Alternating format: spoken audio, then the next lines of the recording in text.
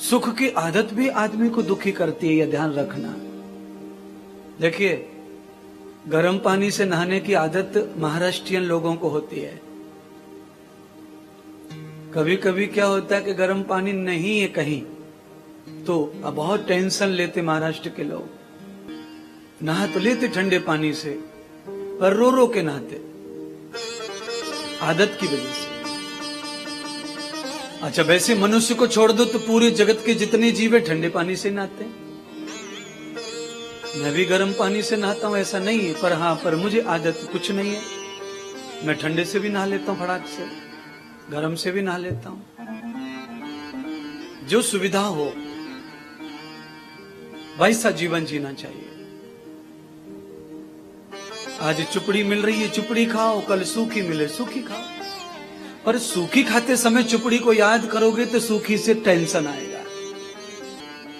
इसलिए आज सूखी लिखी है तो उसको ही अपना भाग्य समझो, प्रभु की कृपा समझो। कल चिकनी चुपड़ी लिखी, वो भी भगवान का ही कृपा समझो। रोज एक जैसा नहीं होता, हर रोज बदलाव है संसार में, जीवन में। कौन कह सकता था कि चक्रवर्ती सम्राट राजा परीक्षित के दिन ऐसे आएंगे? चक्रवर्ती सम्राट जो हो, कौन सोचेगा? पर अचानक चक्रवर्ती सम्राट परीक्षित के दिन ऐसे बदल गए कि जिनकी संभावना कभी कोई नहीं कर सकता। हस्तिनापुर का राज्य परीक्षित को प्राप्त हुआ, आप सब कथा समझते हैं। आज मैं नई तरीके से कथा सुनाना चाहता हूं, भागवत का महत्व है। मैंने आज तक ये कथा कभी नहीं सुनाई। परीक्षित की कथा बार बार सुनाते हैं, पर चक्रवर्ती सम्राट परीक्षित का अचानक ऐसा दिन आ जाएगा कि वो रोते फिरेंगे, जगत में कोई उनका साथ नहीं देगा। बेहद जंगल में परीक्षित अकेले हो जाएंगे, मित्र होंगे, रिश्तेदार भी होंगे, समाज के सभी तबके के प्राणी भी राजा परीक्षित के पास खड़े होंगे, पर कोई कुछ कर नहीं पाया, कोई कुछ कर नहीं पाएगा। संवेदना सबकी राजा परीक्षित के साथ थी। सब चाहते थे परीक्षित को ये दुख ना आए, ये दिन ना आए, जो परीक्षित को बताया है महात्मा ने कि 7वें दिन तुम्हें काला सांप डसेगा, काली आएगा, नाग आएगा, काल आएगा, तुम्हें मृत्यु आएगी। परीक्षित की मृत्यु का जैसे ही घोषणा हुई, आकाशवाणी हुई, पूरा समाज दुखी हो गया, सारा समाज शोक में चला गया। जिनको हम ज्यादा चाहते हैं उनका कुछ दुख परेशानी सुन के हम बहुत दुखी हो जाते हैं। राजा परीक्षित को भी जनता ऐसे ही चाहती थी, क्योंकि उस गद्दी का मान था, हस्तिनापुर की गद्दी का।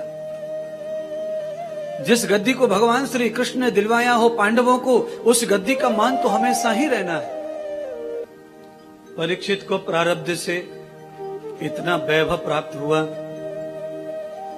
परीक्षित ने वैभव कमाया था किसी जन्म में, पर इस जन्म में परीक्षित का जन्म हुआ तो वैभव लेके आए, कमाया नहीं। तो मैं क्यों आपको समझा रहा हूं? मैं समझा इसलिए रहा हूं कि इस जन्म में हम वैभवशाली नहीं बने, इस जन्म में हमको नाम नहीं मिला, शोहरत नहीं मिली, इस जन्म में हमें बहुत सारा प्रसिद्धि नहीं मिली, तो हम अगले जन्म में ये वैभव लेके जाएं, तो हम इस जन्म में अगर भगवती कर्म करेंगे तो अगले जन्म में वैभव हमारे साथ में भाग्य से जुड़कर हमारे साथ जाएगा।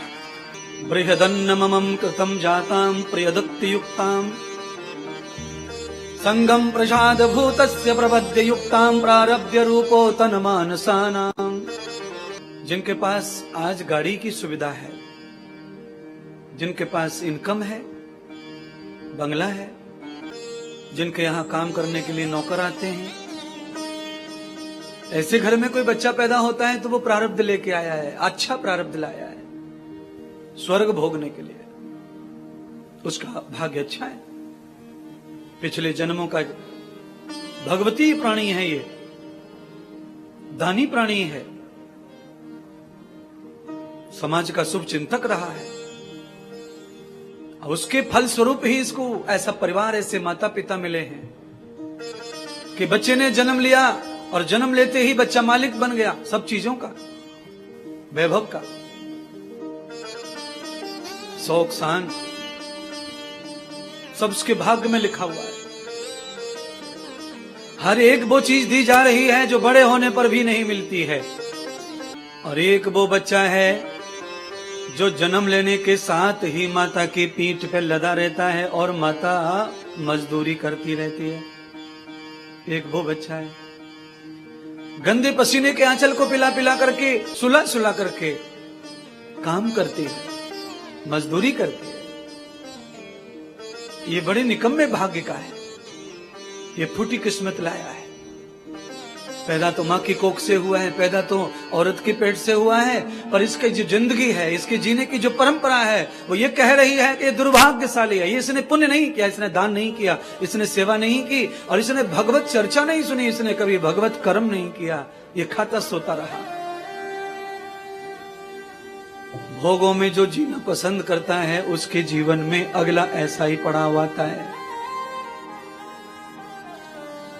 भोग के साथ में जो योग करता है, भजन करता है, दान करता है, सेवा करता है, किसी को कथा करनी हो और वो ये सोच के कथा करे कि भाई कथा करनी है, पैसा जोड़ लो, कम खाओ, अच्छे कपड़े मत पहनो, मंदे कपड़े लाओ, मंदा भोजन खरीद के लाओ, सब सस्ता सस्ता करो, पैसे जुड़ जाएंगे, कथा हो जाएगी, तो जिंदगी में कभी नहीं हो सकती है। अच्छा खाओ, अच्छा पहनो, अच्छे रहो, कथा का दृढ़ संकल्प रखो।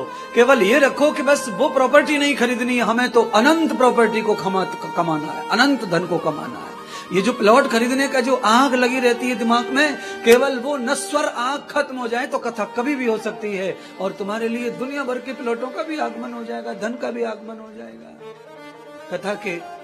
कथा के 12 महीने में प्लॉट भी आ जाएगा, कथा भी हो जाएगी।